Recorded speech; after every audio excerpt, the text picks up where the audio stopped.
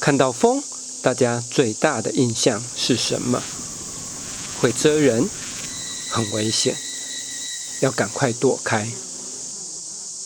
可是他们真正忙的，真的只有蜇人吗？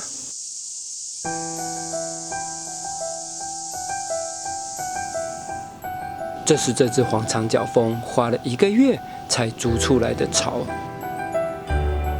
而且位置也选得很不错，就筑在一株歪斜生长的大树底下。更幸运的是，离巢不远就有枯木可供它取得筑巢材料木屑。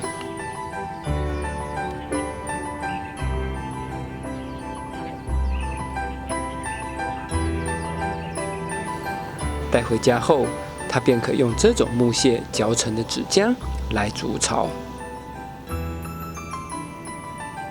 无独有偶的，就在200公尺外，还有一个禾长脚蜂的巢，就筑在大榕树交错的树干间。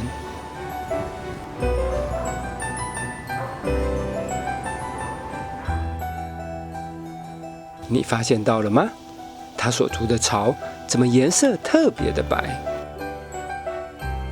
原来是公园就直接倚着人类的住家，因此它便利用了最方便又现成的纸箱来筑巢，所以巢的颜色与质感才会那么白，那么细致。不仅如此，有时候连人类的棉质旧衣，它们也会善加利用呢。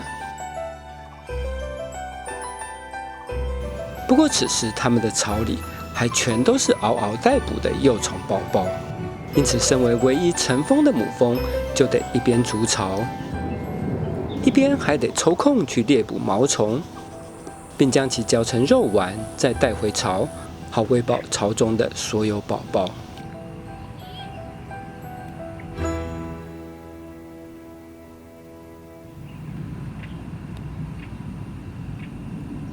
因此他们每天忙的不是攻击谁，而是不停地找寻食物，收集巢材，把家一点一滴筑起来。其实会用纸浆来筑巢的，可不只有长脚蜂，同属胡蜂科的变侧翼腹胡蜂的蜂巢也是这样筑出来的，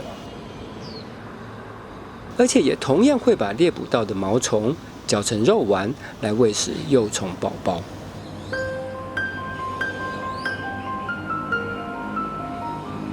但不同的是，它们的这一窝巢已发展得颇具规模，因此有为数众多的工蜂可以一起分担筑巢工作，尤其是最需要人多势众的防卫工作。所以只要一有风吹草动，它们就会群起骚动，准备随时护卫自己辛苦筑起来的家。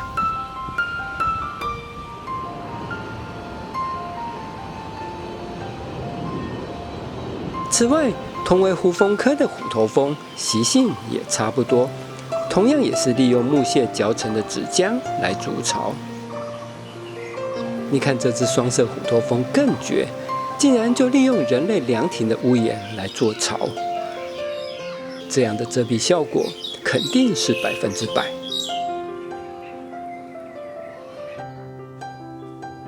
另外，还有些蜂类特别偏好人类栽种的竹子，譬如同一只木蜂最爱的就是这种已干枯的竹节。不过它们可不是要挖取竹子的木屑，而是要把竹子啃穿，啃出一个洞，在中空的竹筒里面做巢。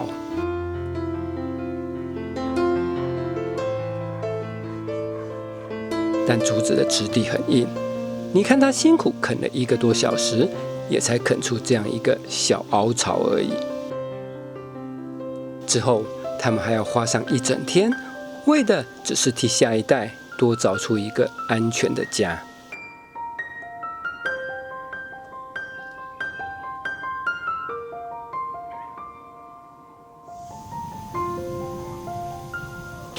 就在不远处的山顶，有一块人类整理出来的小平地，这成了黑细腰蜂的绝佳筑巢地点。是的，他们的筑巢方式很特别，就是直接在土里挖出3个洞，挖好后，再把抓到的螽斯拖进真正的巢洞，作为其幼虫的食物。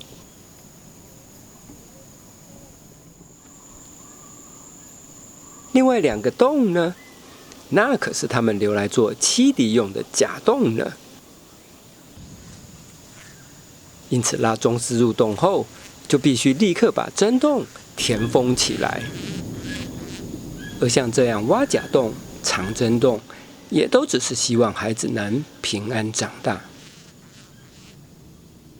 然而，再精心设计的巢，也不代表安全。你看，只要一有疏漏，就立刻会引来大群蚂蚁的入侵。这样母蜂就只能以一挡百来保护巢中卵的安全。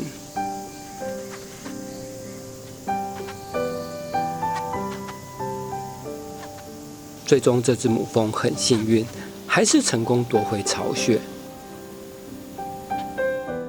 而要啃整整1天才能啃穿竹子的同一只母蜂，却没那么幸运。辛苦做好的巢洞，竟然被鸠占鹊巢。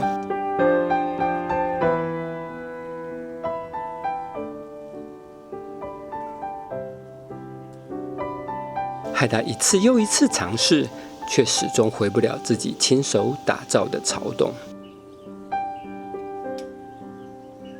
到底是谁强占了他的巢洞呢？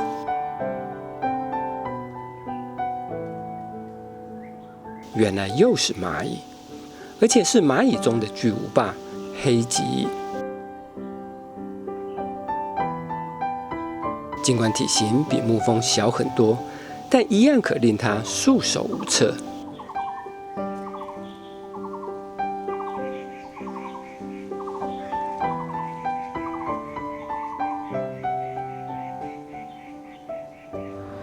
那么喜欢把巢筑在枝叶间，还有一大群工蜂可供守卫的遍侧翼腹胡蜂巢，就能高枕无忧了吗？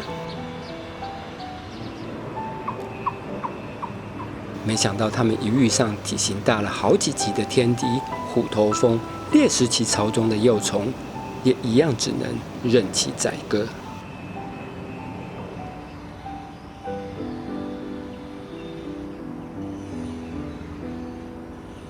而且一旦被盯上，不需几天就会像这样全巢覆灭。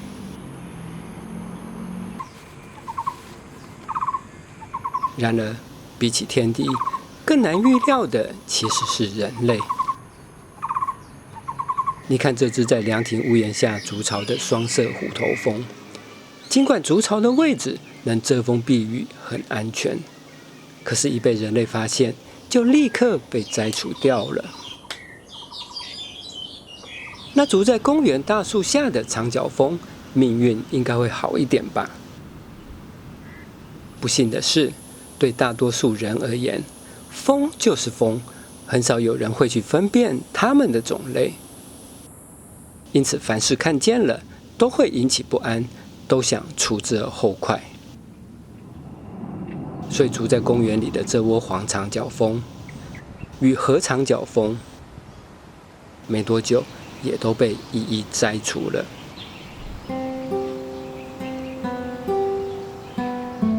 不过，尽管生存如此不易，但它们的生命故事却不会因此中断。